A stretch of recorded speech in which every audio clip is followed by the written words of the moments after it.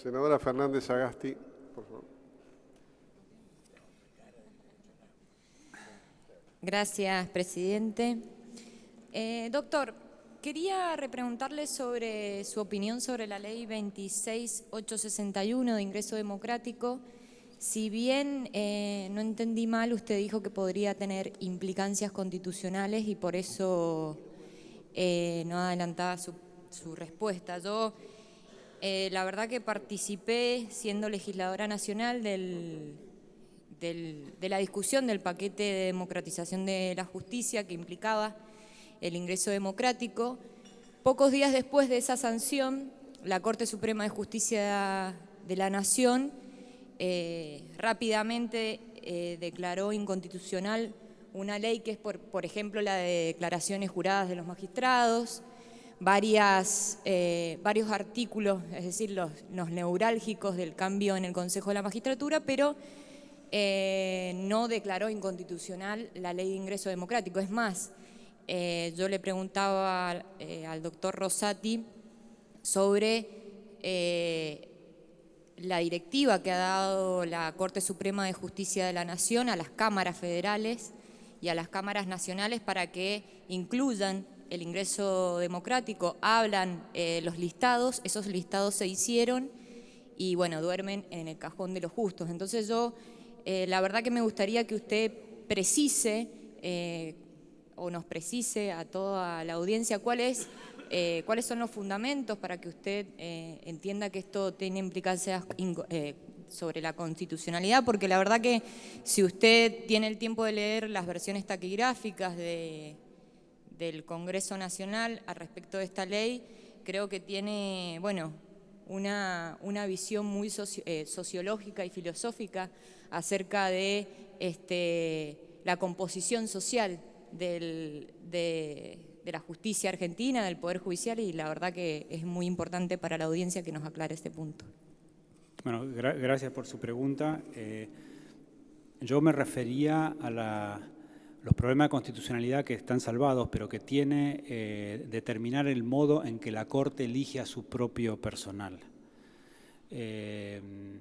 Respecto de la ley de acceso, es una ley cuya operatividad está suspendida, si entiendo bien, o postergada por parte del Poder Judicial, en términos de una acordada nuevamente unánime. La verdad que no sé muy bien cuáles son las razones que están detrás de esa postergación y en ese contexto me es muy difícil dar una opinión al respecto. Sí creo que puedo decir a viva voz que todo lo que sea garantizar que la idoneidad sea la única condición para acceso a los empleos públicos es un mandato constitucional que hay que respetar, y las leyes que instancian ese mandato son leyes que gozan de una altísima presunción de constitucionalidad. Gracias. Sí, aclarando que es una ley del Congreso discutida y sancionada y altamente debatida, incluso militada por muchos años por el gremio judicial, para evitar la endogamia, bueno, las castas sociales que conviven en el Poder Judicial. Y bueno, la verdad me gustaría que usted haya hecho una precisión más acabada de lo que responde a la aplicabilidad de una ley de la Nación. Pero pasando a otro tema, me gustaría pasar a su actuación respecto de lo que fue su rectorado en la Universidad de San Andrés. Usted en el último informe presentado en la revisión de cuentas sobre becas y donaciones recibidas a la universidad, al fondo de becas, mientras era rector, destaca, bueno, la bondad de las donaciones y, bueno, por supuesto que puede haber aplicado las becas que usted muy bien nos contaba gracias a esas donaciones, de grupos económicos y empresas como Arcos, Molinos, Coto, LAN, Despegar.com, Banco Ciudad, Pegasus, que es el grupo inversor más importante de la Argentina, que tiene como titularidad, por ejemplo, a Pharmacity, Telefónica, Banco Ciudad y Ledesma. Y yo quiero recalcar sobre esta última empresa por lo siguiente. Además de ser, como bien digo, donante o donador de la Universidad de San Andrés, a la cual usted presidía, se abrió también en agradecimiento en esa universidad un gabinete que se llama Nelly Blaquier. Yo quisiera preguntarle cuál es su vínculo respecto a la empresa Ledesma en general y particularmente a la familia Blaquier. Sí, gracias por su pregunta. Efectivamente, en la universidad hay un aula que se llama no Niki, sino Nelly Arrieta de Blaquier. Okay. No tengo ningún vínculo. Mi tarea al frente de la universidad, en virtud de que, como yo siempre le decía a los profesores cuando me venían a pedir más presupuesto, que no tenía la habilidad para imprimir moneda, requería que todo lo que gasto lo tengo que recaudar. Y lo que yo hice fue recaudar de estas empresas dinero para ponerlo al servicio de un programa en el que creo que es el de abanderados argentinos.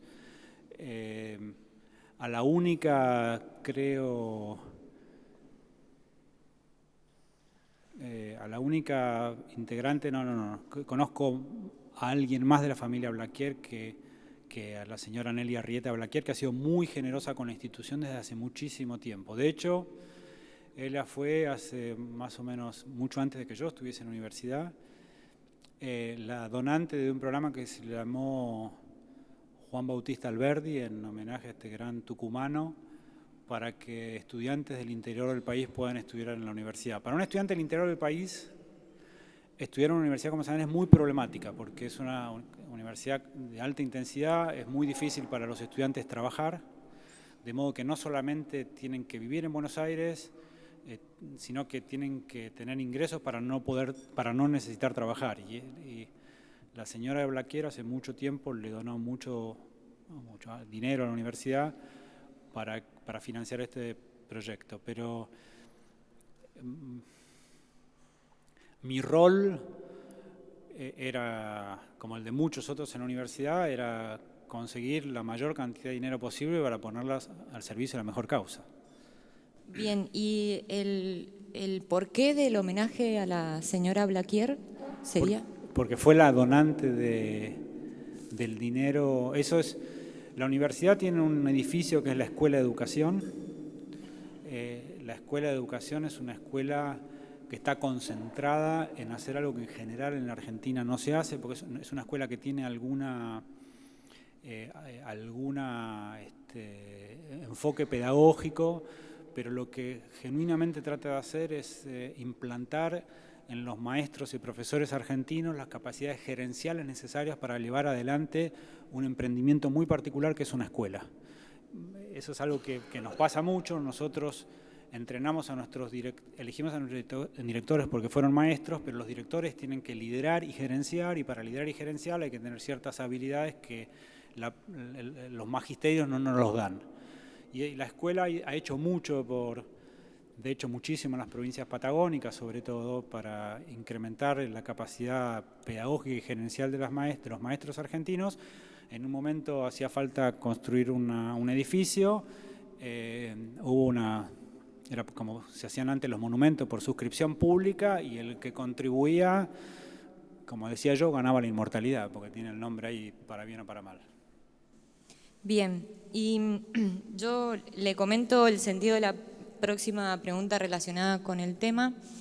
Yo provengo de la provincia de Mendoza, en donde, bueno, hace 2 días se ha pedido la prisión perpetua para 2 ex magistrados, Romano y Miret, que tiene que ver con la complicidad civil y judicial de la última dictadura cívico-militar. Y la verdad siento un orgullo como mendocina de que podamos haber hecho ese proceso y que, bueno, finalmente esté llegando a su última etapa. Y hace unos días también el Ejecutivo recibió la renuncia del doctor Montesanti, también por una causa que le inició el Consejo de la Magistratura y que fue llevada a jury de enjuiciamiento por complicidad con la última dictadura cívico-militar.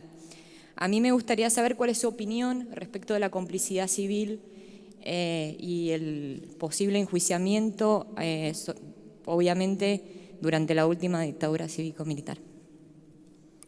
Mire, en abstracto no me puedo pronunciar en modo alguno.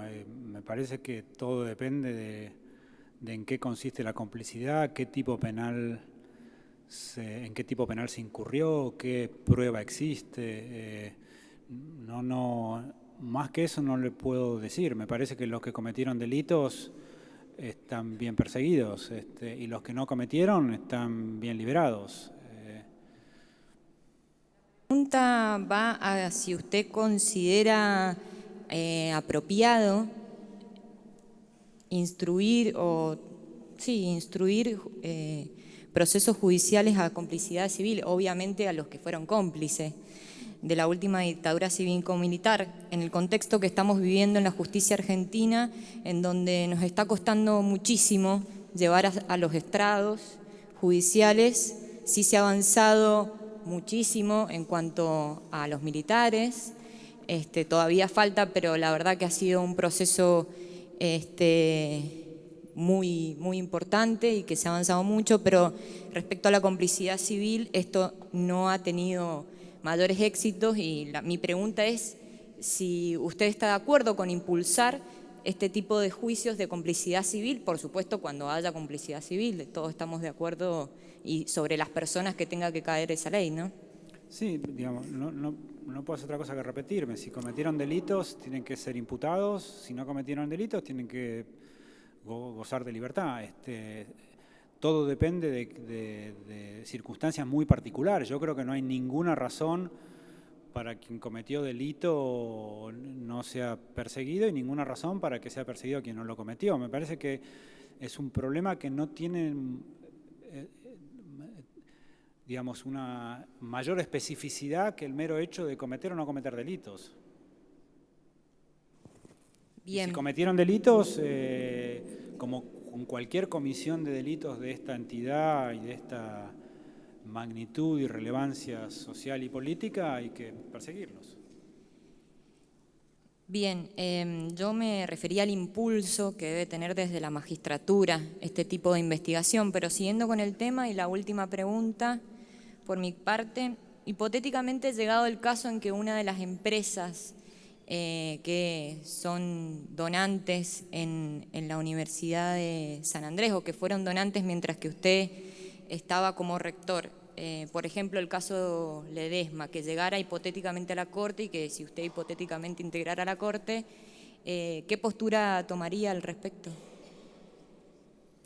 Creo que, digamos, no es una cuestión discrecional para un juez, hay una reglamentación de las reglas de excusación y de recusación, y en ninguna de esas reglas se incluye el hecho de haber pertenecido a una organización que ha recibido una donación de determinado individuo. No fue a mí que me donó. Si hubiera sido a mí, me tengo que claramente excusar. Pero son donaciones que yo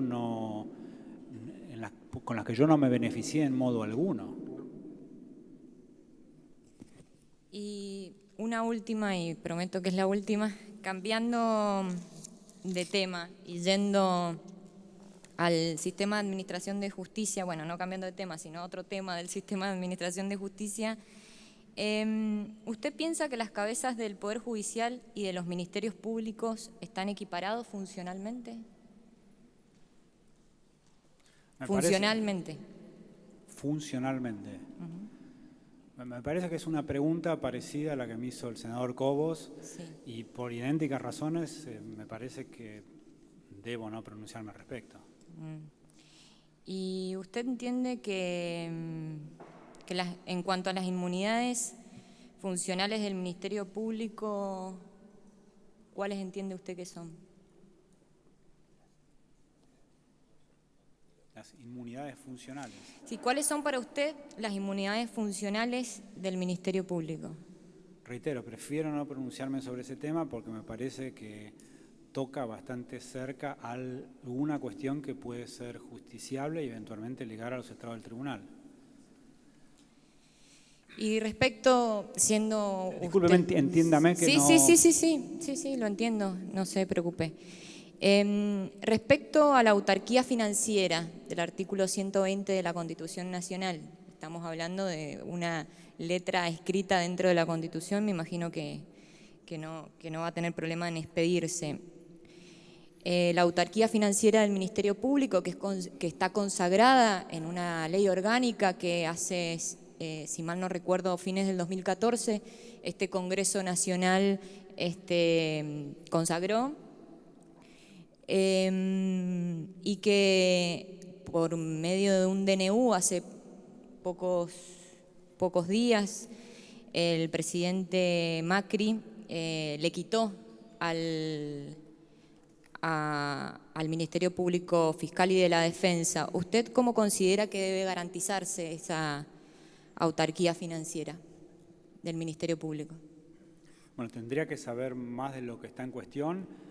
Déjeme decirle que, como usted bien dice, la autonomía, la autarquía financiera y la autonomía funcional son dos atributos del Ministerio Público que están en la Constitución y algo quieren decir. Bueno, gracias, doctor. Gracias, senadora. Senadora Nancy González, por favor.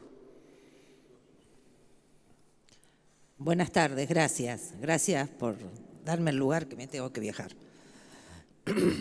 En actitud del doctor Pichetto haberle manifestado que el Poder Ejecutivo podía haberlos nombrado en comisión. Yo quiero hacerle una pregunta concreta. ¿Qué hubiera hecho usted si definitivamente el Ejecutivo lo hubiera nombrado en comisión? ¿Qué actitud hubiera tomado usted? Porque yo no sentí que usted se haya expresado públicamente que no estaba de acuerdo con que los ministros de la Corte sean nombrados en comisión. Entonces la pregunta es concreta, ¿qué hubiera hecho usted si el Ejecutivo en definitiva lo hubiera nombrado en comisión? La pregunta es si hubiera asumido o no hubiera asumido. Exactamente, si hubiera asumido. Creo que, dadas las circunstancias que sucedieron con posterioridad a la designación, la asunción no hubiera sido una posibilidad para mí. ¿No hubiera sido una posibilidad? No. Muy bien. Otra pregunta le voy a hacer. En virtud de haber estado presente el doctor Rosati el pasado 3 de marzo, también candidato a ministro de la Corte, refirió expresamente que no estaba de acuerdo con el fallo FAL en materia de aborto, aunque evitó dar precisiones sobre el mismo. Teniendo en cuenta que la actual composición de la Corte Suprema y que nos encontramos en víspera de completar 2 vacantes de 5 de sus miembros, sería importante conocer su opinión sobre el mencionado fallo de la Corte Suprema de Justicia, dictado el 3 de marzo del 2012 en materia de aborto en un caso de la provincia de Chubut. Gracias por la pregunta. Creo que el fallo FAL resuelve una controversia interpretativa que se usa en casi todas las escuelas de derecho del país para mostrar instancias de ambigüedad inhabilitante. Creo que el fallo resolvió para el caso en cuestión de un modo correcto esa disidencia interpretativa. La última pregunta que le voy a realizar. El pasado año el Congreso de la Nación sancionó la ley 23.063, por medio de la cual se aprueba un nuevo Código Procesal Penal. Es público conocimiento que el Poder Ejecutivo que asumió suspendió la vigencia de entrada de ese Código Procesal Penal. Y teniendo en cuenta que la Corte Suprema de la Nación no cuenta en la actualidad con un especialista en derecho penal, tampoco lo va a contar, y que según surge de sus antecedentes, usted tampoco resulta un experto en esa materia, Puedo aprender, ¿no? quisiéramos saber cuál es su opinión en términos generales acerca de ambos códigos procesales. Es decir, el que actualmente está vigente y el suspendido. Y más concretamente, en relación a los distintos modelos de justicia penal que allí se establece. Bajo su punto de vista, ¿a cargo de qué órgano debería estar la Oficina de Intervenciones Telefónicas? 2 preguntas le hice en una. Gracias.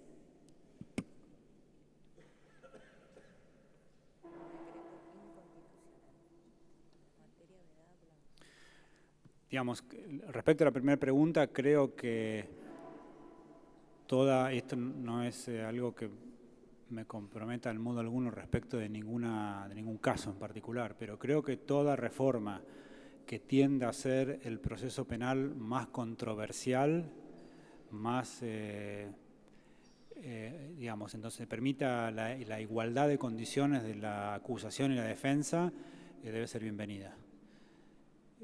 Respecto de su segunda pregunta, no puedo pronunciarme al respecto. Muchas gracias. Gracias, senadora. Vamos a escuchar al senador Barrio Nuevo de Jujuy, por favor.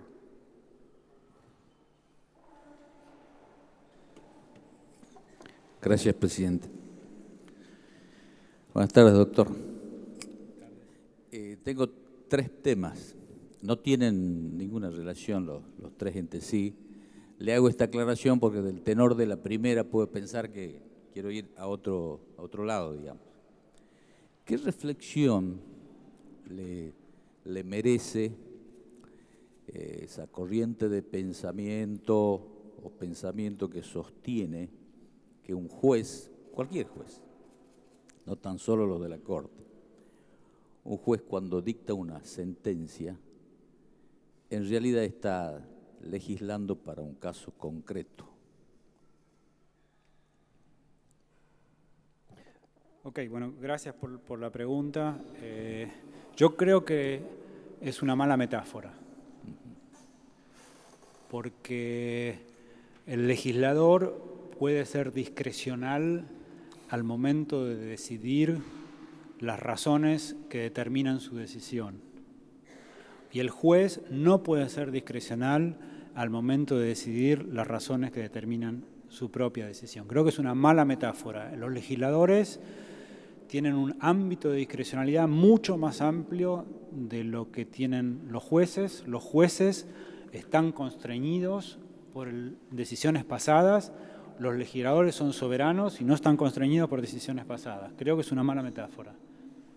Muy bien. El segundo tema tiene que ver con la Constitución. Usted que ha participado activamente en el 94. El Instituto de los Presupuestos Mínimos. Eso es una construcción intelectual, llamémosle, aséptica, o tiene como sutil finalidad disminuir el ámbito legislativo de las provincias.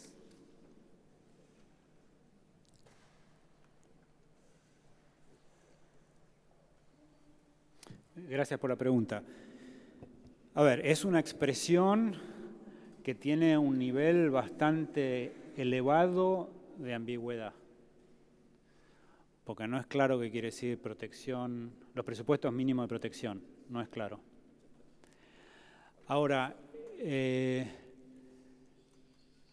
también es claro que los problemas medioambientales a veces exceden los territorios sobre las que las provincias ejercen jurisdicción y que por lo tanto es uno de los problemas que requieren normas integradoras.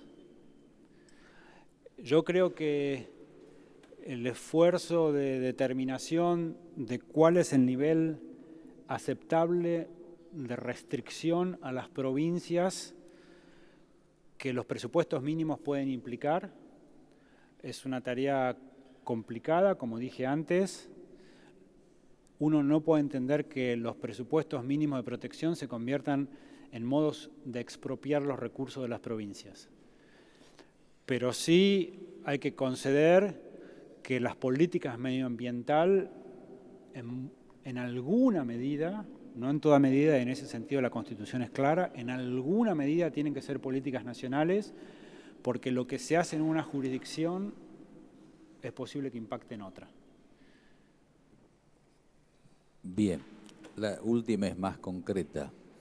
A su criterio, las cámaras de casación en lo civil y comercial y laboral pueden contribuir a disminuir la carga de la Corte y por ende a tornar más eficiente el sistema.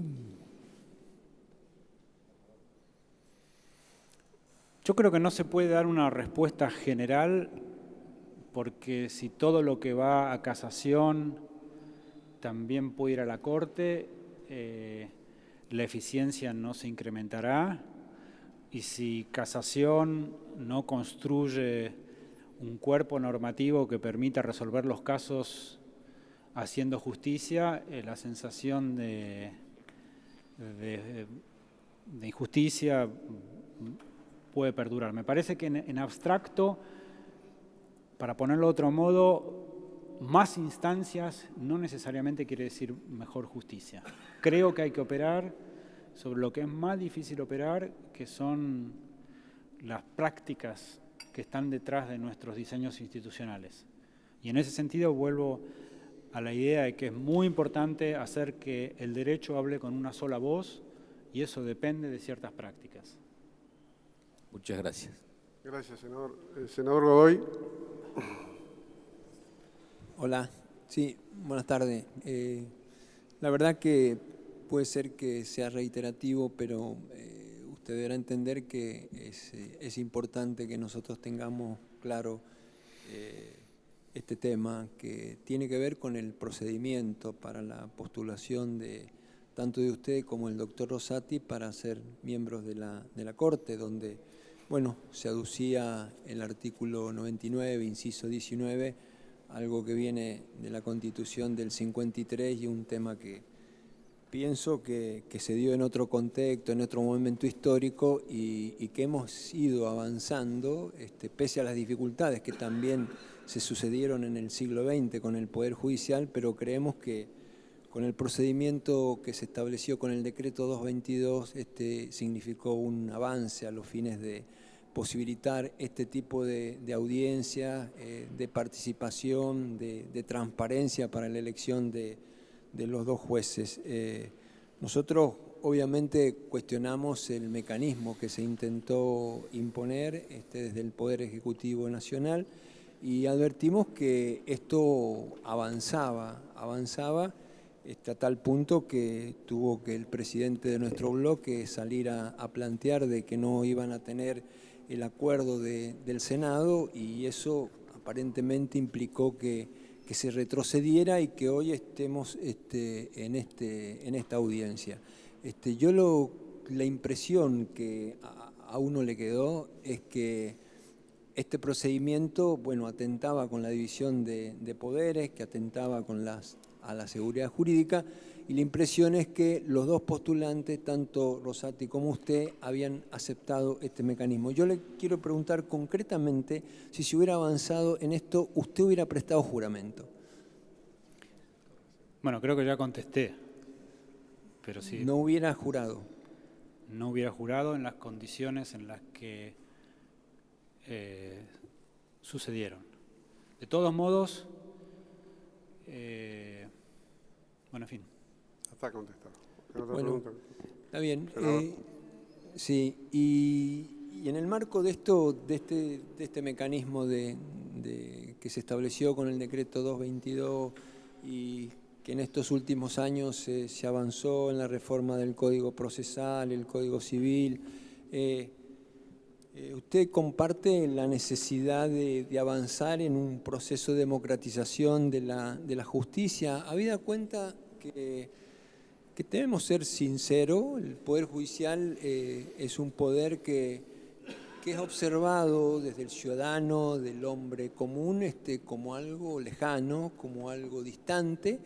Esto lo percibimos no a nivel nacional, sino también en nuestras provincias. Un Poder Judicial que no responde a las necesidades, a la demanda del hombre común, del ciudadano común. Por lo tanto, se sentía la necesidad de avanzar en un proceso de democratización que unos habrán tenido una mirada, otros habrán tenido otra mirada, pero quisiera saber si usted comparte la idea de que hay que avanzar en un cambio, en una democratización, y si usted comparte esas ideas dentro de las competencias que tiene la Corte Suprema de Justicia, si es posible avanzar en este sentido y si usted realmente puede acceder a ser miembro de la Corte, si tiene ideas de poder avanzar en esta dirección. Sí, gracias por la pregunta. Me gustaría hacer justicia a este evento, porque según yo entiendo no es una consecuencia del decreto 222, sino de la reforma del reglamento del Senado, que creo fue instanciada en su oportunidad por el senador Yoma y el senador Pichetto. El 222 es el trámite ante el Poder Ejecutivo. Es algo que el propio Senado ha decidido. Se autolimitó el presidente. Respecto de la democratización de la justicia, si la democratización de la justicia quiere decir hacer accesible la justicia, hacer más accesible la justicia, es un ideal que creo que nadie puede tener ningún reparo. Si es incrementar los canales de comunicación entre la justicia y el país y terminar con la sensación insular de la justicia, creo que tampoco puede tener ningún reparo. Me parece que así entendido es un ideal que todos compartirían. No, si usted comparte esta idea, entonces por lo que me dice, si usted tendría iniciativas para poder impulsar y obviamente mejorar la calidad de justicia y la posibilidad de que el ciudadano esté más cerca de la justicia. Sí, gracias por ser explícito, que no le respondí íntegramente. Yo creo que, y espero que haya quedado de algún modo claro que mi inclinación hacia producir cambios es siempre de sintonía fina. Yo no creo que yo en particular y que los jueces en general estemos habilitados a hacer cambios de sintonía gruesa. Yo creo que nosotros tenemos que hacer cambios microscópicos que ayuden a cambios macroscópicos.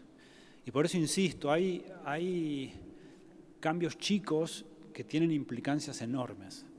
Hice referencia, por ejemplo, al modo de justificar las sentencias, algo más fácil todavía, el modo en el que se hacen sentencias en los tribunales colegiados, en términos de hacer accesible los tribunales a la población en general. Creo que esos son cambios mucho más sistémicos, mucho más macro, que requieren habilidades que en general los jueces no tienen, o por lo menos que yo no tengo. Y la última pregunta, con respecto a la tarea que llevan adelante las abuelas de Plaza de Mayo, de poder recuperar y encontrar, identificar a los niños apropiados, a los nietos apropiados durante la última dictadura, cuando hay un requerimiento judicial para poder lograr el ADN, y si hay una posibilidad de que sea un nieto apropiado y hay una negación, a un requerimiento judicial, ¿qué piensa usted? ¿Que debería la justicia lograr el ADN para compararlo con la abuela, o quedaría a criterio de la persona no negarse a ello, ¿no? Bueno, es una cuestión en la que hay muchas consideraciones involucradas, pero creo que tiene una respuesta relativamente fácil porque el Congreso reformó el Código Procesal Penal y estableció la obligatoriedad de los jueces de hacer los estudios que sean necesarios para identificar las filiaciones. Instó a que sean intentos menos intrusivos, que no revictimizan a las víctimas, pero en circunstancias en donde no hay opciones, el código ha sido claro. Creo que es un caso interesante de experimentación legislativa porque es el producto de algunos casos anteriores que resolvió la Corte Suprema de Justicia de la Nación. El Congreso sintetizó esos cambios y le dio sanción legislativa y creo que resolvió un problema. Que antes era un problema, hoy no es más un problema. Bien, gracias, senador. Senadora Leguizamón. No sé, usted se anotó, pero bueno, dígame si pasa, pasa. No, tenemos lista todavía. Bueno, sí, gracias, señor presidente. Básicamente yo me sumo a la reflexión que hicieron algunos colegas míos respecto de una reflexión que no podemos dejar de tener, que es el tema de la equidad de género.